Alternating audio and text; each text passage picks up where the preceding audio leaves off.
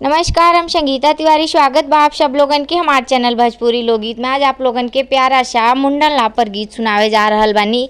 तो सुनी सबन, गीत पसंद आए तो लाइक सब्सक्राइब शेयर करी सभे और कमेंट करके बताई सभे कि ई गीत आप सब लोगन के कैसन लागल। अरे आंगना लिपवाई बी बाबा दुआरवा की सहित। अरे आंगना लिपवाई बी बाबा दुआरवा की सहित।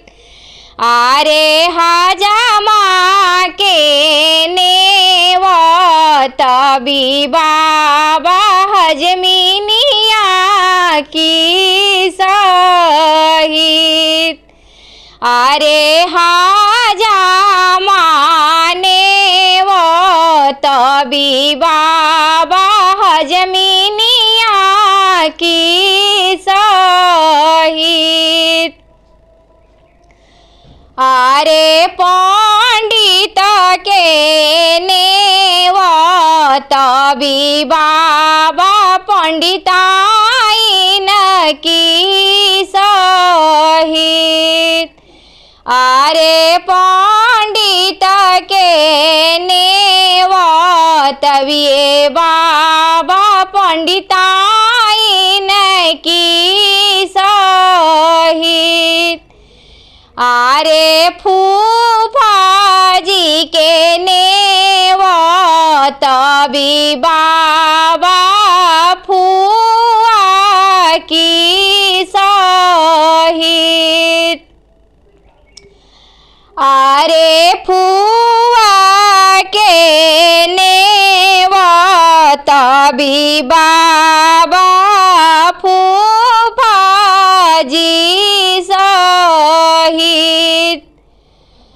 अरे लापारी मुड़वाई बी बाबा आंगना के बीच।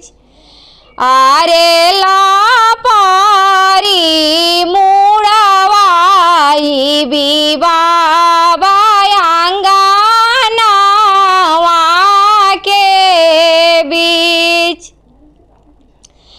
अरे मोहर भाजाई बी पापा आंगना के बीच।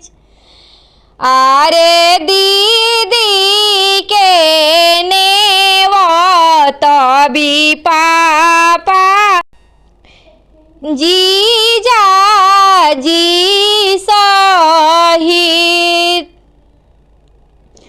अरे दीदी के नेवत बी पापा जीजा जी सहित। अरे कांगना लूटाई बी पापा आंगना के बीच। अरे लापारी मुड़वाई बी बाबा आंगना के बीच। अरे मोहर भाजाई बिचा